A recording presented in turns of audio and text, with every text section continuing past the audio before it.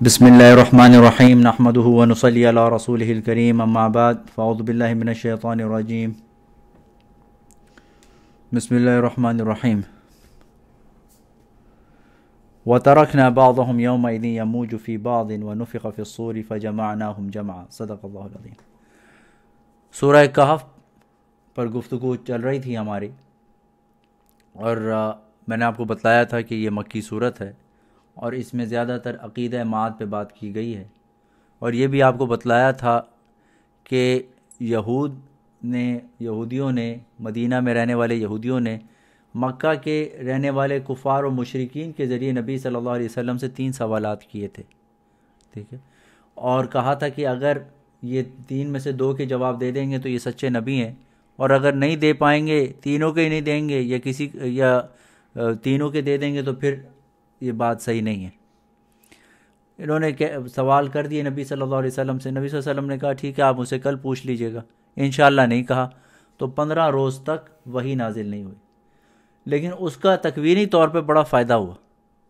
اگر اگلے دن وحی آ جاتی اور نبی صلی اللہ علیہ وسلم تینوں سوال کے جواب دے دیتے یا 2 کے جواب دے دیتے تو کیا خیال ہے، کفار و مشرکین ایمانداروں کی طرح سب کو بتاتے ماشاءاللہ جواب آ گیا، آپ سچے نبی، کبھی بھی نہیں کرتے، ٹھیک ہے نا۔ تو 15 دن تک انہوں کو جب جواب نہیں ملا، انہوں نے جھوٹا پروپیگنڈا شروع کر دیا۔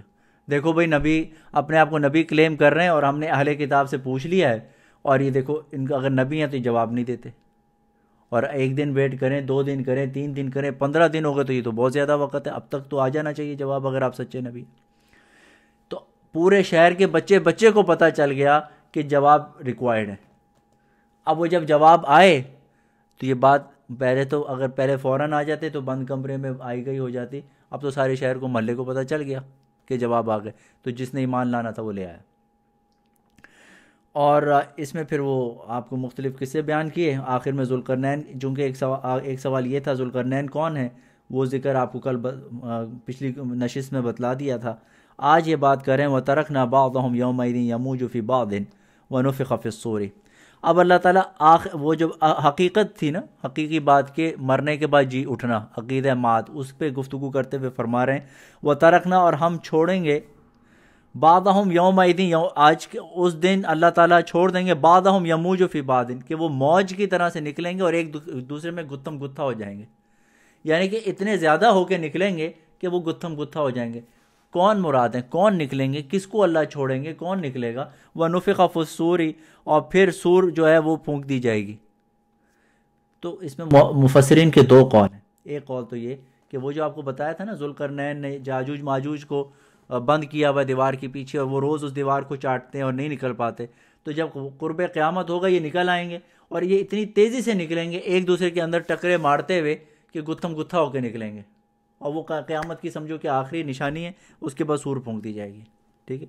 یا اس سے مراد یہ ہے کہ یہ قیامت کے دن جو ہے وہ اللہ تعالیٰ جن و انس کو اور ساری مخلوق کو جمع کریں گے تو ایک دوسرے کے اندر وہ گتھم گتھا ہوں گے۔ تو دونوں چیزیں مراد ہو سکتی ہیں، لیکن زیادہ راجح قول یہ ہے، کیونکہ پیچھے ابھی انہی کی گفتگو ہو رہی تھی یاجوج ماجوج کی، تو یہی مطلب ہے کہ یاجوج ماجوج کو اللہ تعالیٰ چھوڑ دیں گے اور ایک دوسرے کے اندر گتھم گتھا ہوں گے۔ وَنُفِخَ فِي الصُّورِ فَجَمَعْنَاهُمْ جَمْعًا، اور پھر ہم ان کو جمع کر دیں گے۔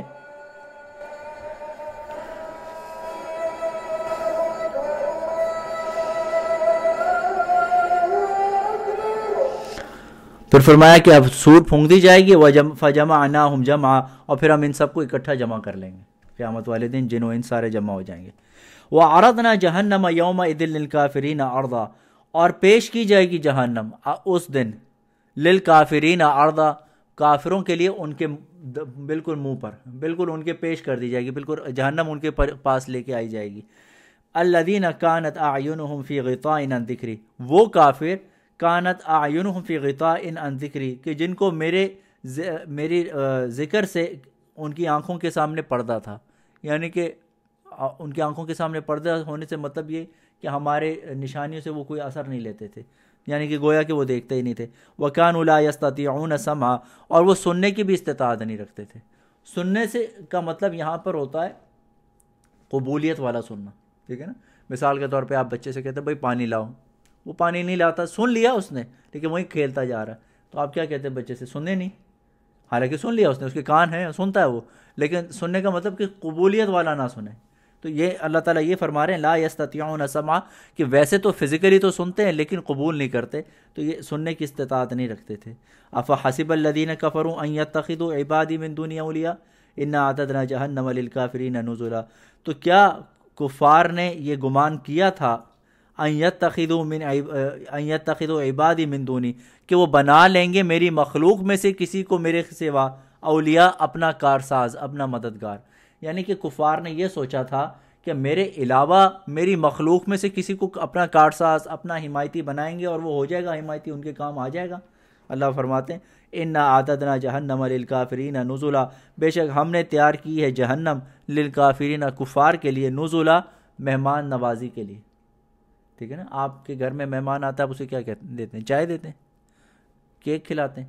اللہ تعالیٰ کہتے ہیں ہم نے جہنم ان کی نزلا، ان کی مہمانداری کے لیے کیا. تو یہ ایک سرکاسٹک ورڈ ہے، یعنی کہ ان کی مہمان نوازی کے لیے اللہ تعالیٰ نے جہنم تیار کی. حالانکہ مہمان نوازی نہیں ہوتی جہنم میں، جہنم میں تو عذاب ہوتا ہے، لیکن یہ ایک سرکاسٹکلی اللہ تعالیٰ نے کہا ان کی مہمانداری کے لیے ہم نے جہنم تیار کی ہے.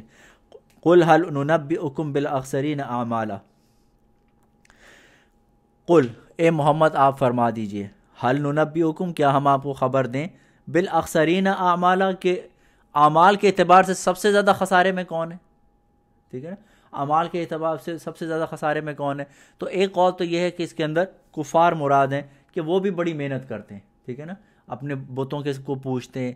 اور پھر ایک قول یہ ہے کہ اس سے مراد اہل کتاب ہیں.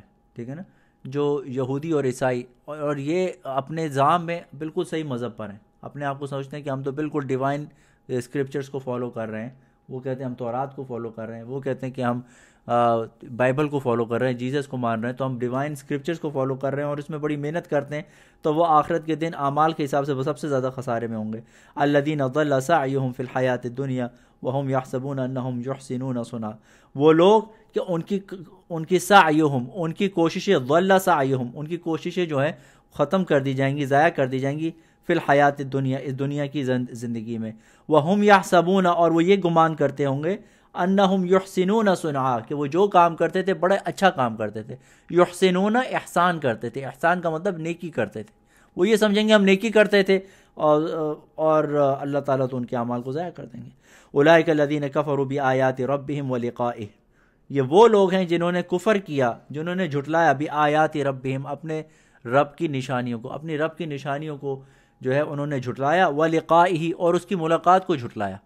آپ کو پتہ ہے کفار اور مشرکین آ جاتے تھے کہ آپ کا کیا خیال ہے کہ یہ جو ہمارے آبا و اجداد مر گئے، آج ان کی ہڈیاں بھی بوسیدہ ہو گئی، یہ دوبارہ اللہ سے زندہ ہوں گے، اللہ سے ملاقات کریں گے. پتہ نہیں کون سی باتیں کرتے ہیں، کہانیوں کی باتیں کرتے ہیں، کوئی فیری ٹیل سناتے ہیں، ایسے کیسے ہو سکتا.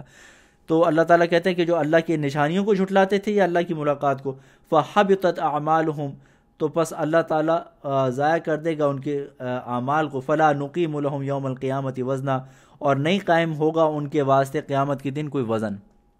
آپ کو پتہ ہے کہ ونضع الموازین بالقسط، اللہ تعالیٰ فرماتے ہیں کہ اس دن جو ہے موازین قائم ہوں گے. یہ موازین کسے کہتے ہیں؟ میزان کی جگہ میزان کہتے ہیں وہ بیلنس. ٹھیک ہے نا، وہ بیلنس قائم کیے جائیں گے، اس میں اللہ تعالیٰ اعمال کو تولیں گے. آپ کہیں گے اعمال کیسے تول سکتے ہیں؟ آپ نے نماز پڑھی، نظر آئی آپ کو تو نظر ہی نہیں آئی، اس کو تولیں گے کیا؟ ٹھیک ہے نا، تو تولیں گے تو کسی اور چیز کو جو نظر آئے.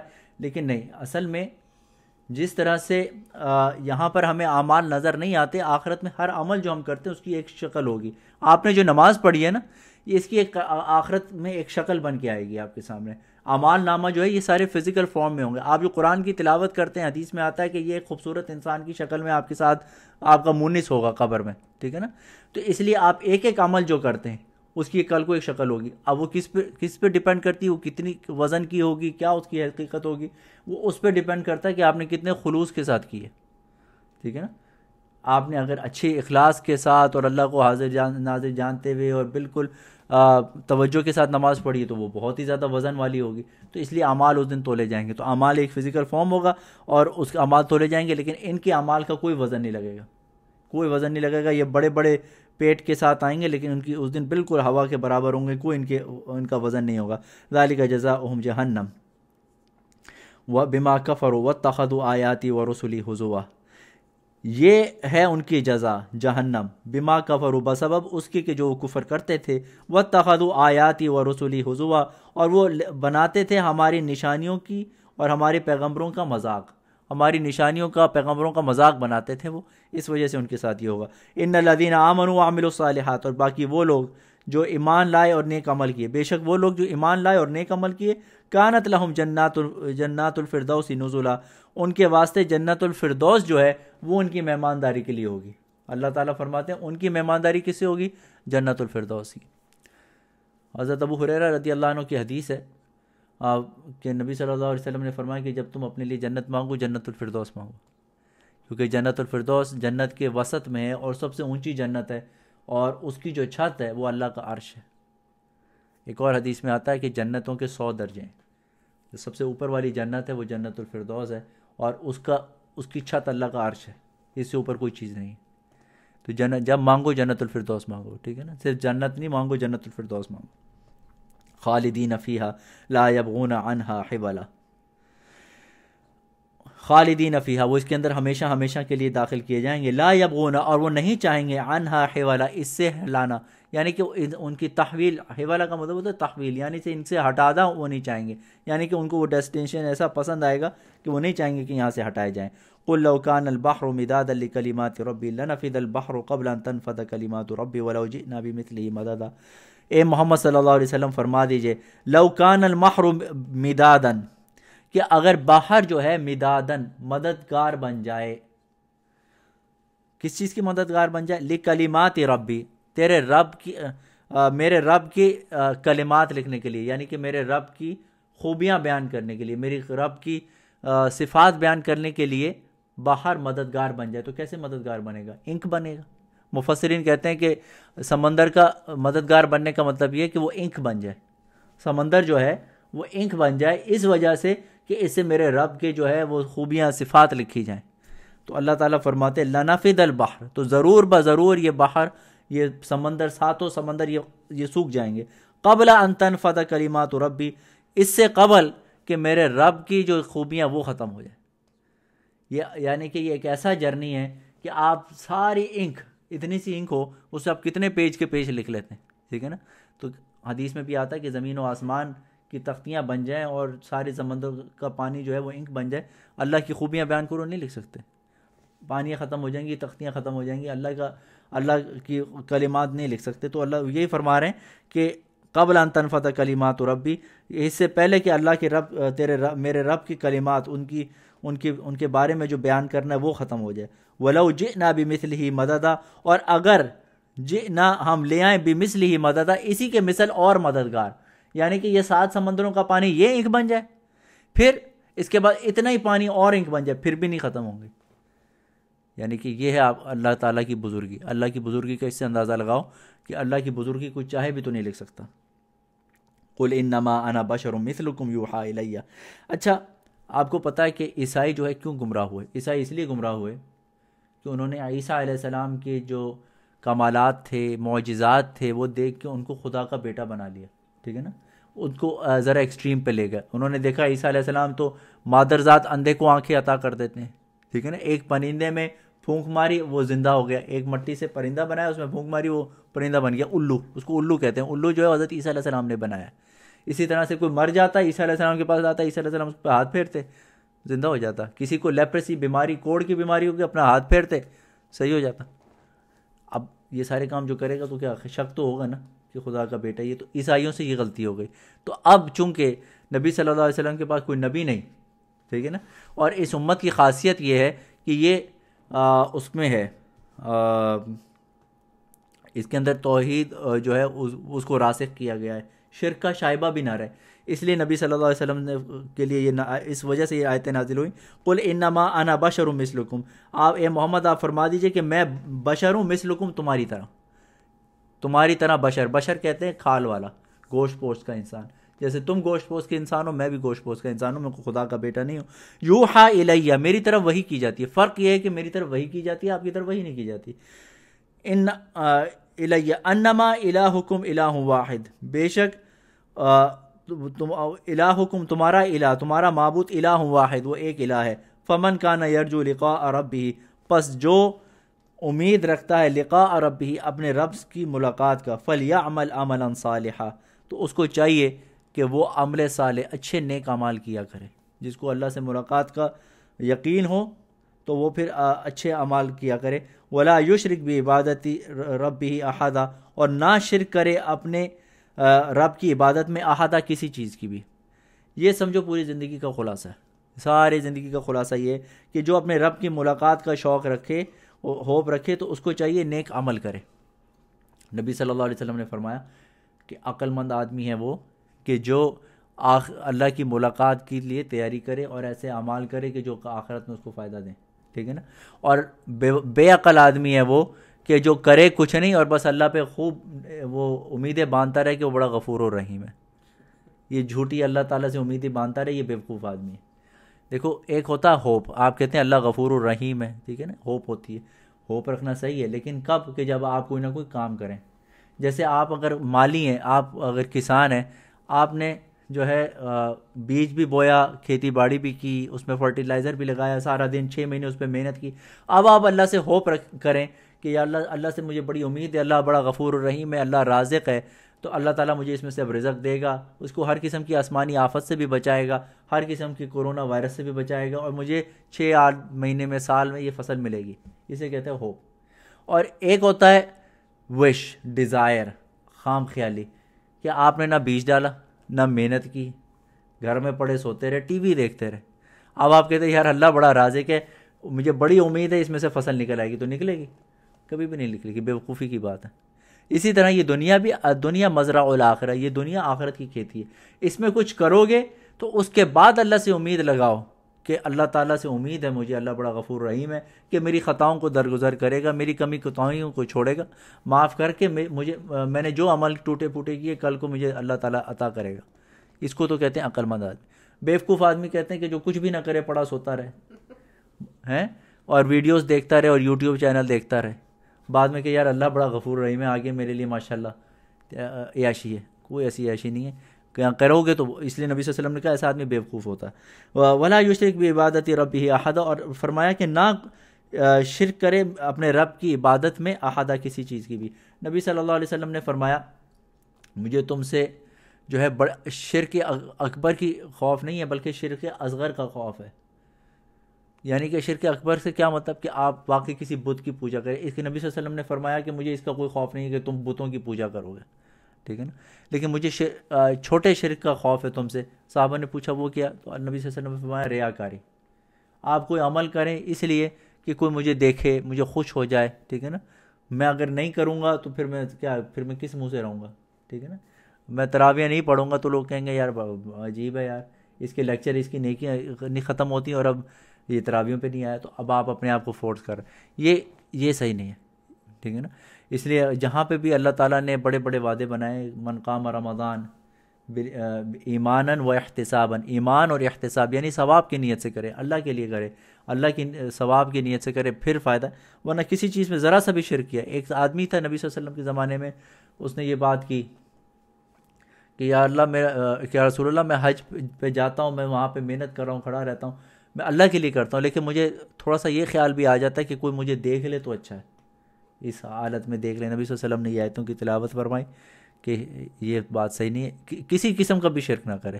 بعض اوقات ہوتا ہے آدمی جو ہے 90% اللہ ہی کے لیے کرتا ہے، لیکن 5% 10% کہیں نہ کہیں خیال آ جاتا ہے کہ یار فلاں آدمی مجھے دیکھ رہا ہے تو چلو میں نماز تھوڑی سی لمبی کر لوں. بس وہ خیال آیا نہیں، وہ سارا برباد ہو گیا. اللہ تعالیٰ جو ہے وہ سارا ضائع کر دیتے. ٹھیک ہے، پھر اسی سے بدلہ لو جس کے لیے آپ نے کیا تھا. تو یہ بہت اہم بات ہے. تو اللہ تعالیٰ عمل کرنے کی توفیق عطا فرمائے. یہ آیت، یہ جو صورت ہے سورہ کہف، یہ بڑی عظیم الشان صورت ہے. یہ ایک ساتھ نازل ہوئی پوری صورت. ہم نے تو 9 سٹنگز میں اس کو پورا کیا. یہ فرشتے 70,000 فرشتے اس کو لے کے آئے اور 1 سٹنگ میں یہ نبی صلی اللہ علیہ وسلم پہ نازل ہوئی. اور یہ پورا سراپا نور ہے. نبی صلی اللہ علیہ وسلم نے فرمایا جو اس کی شروع کی آیتیں یاد کر لے، اللہ تعالیٰ اسے فتنہ دجال سے حفاظت کرے گا. اور جو اس کی شروع کی چند آیتیں اور آخری کی چند آیتیں پڑھے تو وہ قدم سے لے کے اس کے سر تک نور ہے، ٹھیک ہے نا. اور جو اس کو پورا پڑھے وہ زمین اور آسمان تک، یہاں سے لے کے عرش تک اس کے لیے یہ نور ہے. اور جو ایک جمعے کو تلاوت کرے تو اگلے جمعے تک یہ اس کے لیے ایک نور کا ستون بن کے اس کے ساتھ رہے گا. تو یہ سراپا نور ہے.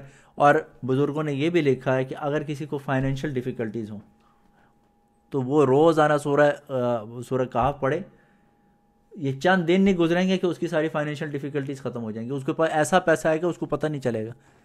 یہ میں اس لیے آپ کو کہہ رہا ہوں، یہ میرا آزمایا ہوا ہے، یہ میرا اپنا پروون اینڈ ٹیسٹڈ۔ ہوتا ہی ہے، ہر آدمی کے حالات ہوتے ہیں، کبھی اونچ نیچ ہو جاتی ہے، تو کچھ نہیں کرو، کسی سے نہیں مانگو، کسی کو نہیں بتاؤ، سورہ کہف پڑھنا شروع کر دو، 1 دن 2 دن، ہفتے کے بعد خود ہی کہو گا اچھا یہ بھی کھل گیا، وہ بھی کھل گیا، سب کھل گیا، ٹھیک ہے نا۔ یہ proven and tested many Times. پھر جس کو بتایا، الحمدللہ کئیوں کو بتایا، بلکہ مفتی صاحب نے ایک دفعہ کسی کو بتایا تھا، تو اس کی کال آئی 2 ہفتے کے بعد ٹی وی پہ، کہنے لگا کہ میں تو اس کو چھوڑ نہیں رہی ہوں، اور مجھے پتہ چل نہیں رہا کہ پیسے کہاں سے آ رہے ہیں، اتنے پیسے آ رہے ہیں کہ ہمیں پتہ ہی نہیں چل رہا کہ کہاں سے آ رہے ہیں۔ تو یہ بڑی برکت کی چیز ہے اس میں۔ تو فائنینشیل ڈیفیکلٹیز میں کا بڑا حق ہے، ہاتھ ہے، دنیا کی بھی زندگی سنورتی ہے اور آخرت کی۔ تو اللہ تعالیٰ عمل کرنے کی توفیق عطا فرمائے، آمین یا رب العالمین، وصلی اللہ تعالیٰ علی خیر خلقہ محمد و علیہ وصحبہ اجمعین۔